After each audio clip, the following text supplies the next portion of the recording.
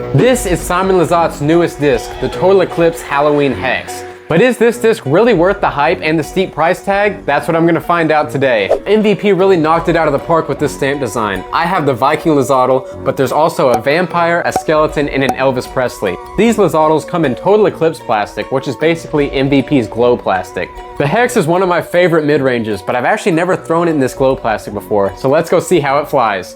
I'll be playing 5 holes today with the new Halloween Hex, and I'll be comparing it to the Fission Hex that I currently have in my bag. Now, if the Halloween Hex loses, I'll be giving it away to one of my subscribers, so be sure to stick around if you want a chance to win a disc. All right, we're at hole 1 at CBC. The sign says it's 320 feet, but it is slightly uphill, and we do have about a 10-mile-an-hour headwind, so I'd say it's probably playing closer to 350 today. I'm gonna go with the Fission Hex first, just to get a baseline.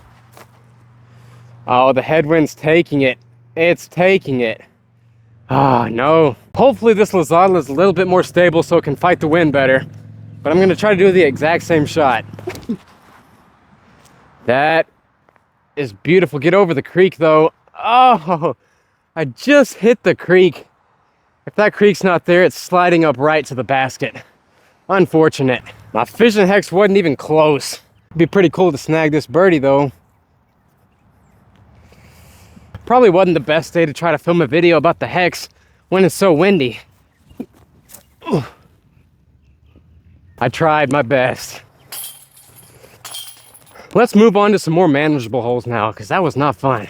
One thing I don't do a lot of is throwing mid-ranges on forehand, so that's what we're going to do here. Hole 2 is about 227 feet. I'm just going to go with a hyzer forehand to this left side, see if it can handle the torque.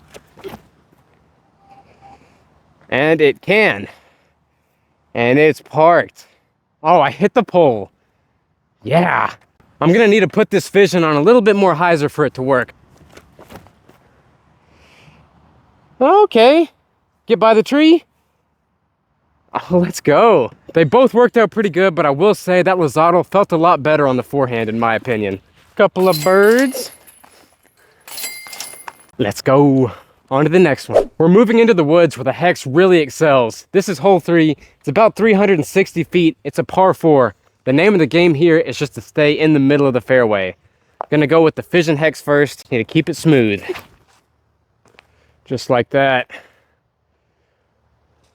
Whew.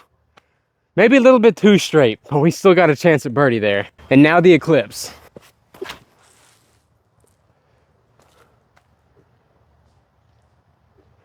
Yeah, I couldn't do any better than that. Just a little patent pending. Should be no problem though.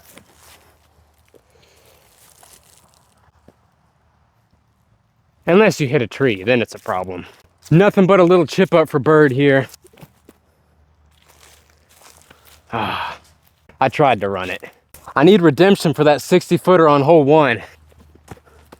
But I'm not gonna get it here. Why am I so weak today? So far, I'm really enjoying this Eclipse Hex, but is it really worth $32? I don't know yet. This is the second to last hole we're gonna be playing today, a 500-foot par 4.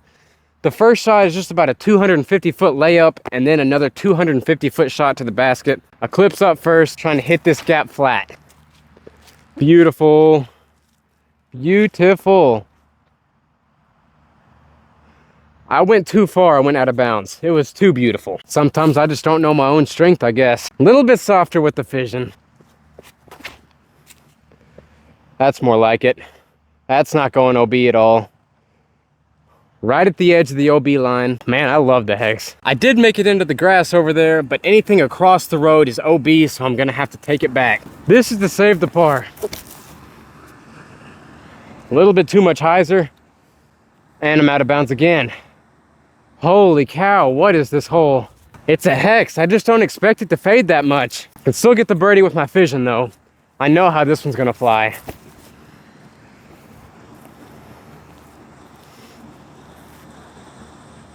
Uh-huh. Let's go. This has been a rough hole for this glow Hex. I still have 50 feet just for the bogey. Wow. I'm usually happy to make a circle 2 putt, but when it's for bogey, it just does not feel as good. This feels pretty good though. If there ever was a hole made for the hex, this hole would be it. It's a 300-foot tonal shot. The basket's just to the left at the end a little bit. Just need to put the hex on a little bit of hyzer, let it flip up to flat, and then just ride straight there. Whoa. Watching the hex fly is just a thing of beauty sometimes. It was a little bit too straight. Ideally, you want to fade a little bit more to the left, so it's time for this glow hex to redeem itself. Oh, that is perfect! Missed the tree. That was going to be parked. Why do trees exist? Well, I'm not going to be able to get the birdie on this hole, so that means I'm finishing it 1 down with the Eclipse hex and 2 down with the Fission hex. So that means I'll have to give away one of these new Halloween hexes to one of y'all. So if you want a chance to win one of those, be sure to leave a comment on this video, and I'll be selecting a winner in 2 weeks on Saturday, November 11th, just to give everyone enough time to see this video. And if you're a collector and you don't want to use this, don't worry, I'll be buying a brand new disc for you guys, because this hex will definitely be going in my bag. I think there's enough difference in stability between these two to warrant putting both of them in my bag, because when the wind picks up, this hex can be a little unreliable, so it'd be good to have something a little bit more stable to complement it. Anyways, that's enough talking. I'll let you get back to whatever you were doing. Thank you so much for watching, and good luck in the giveaway. See you guys.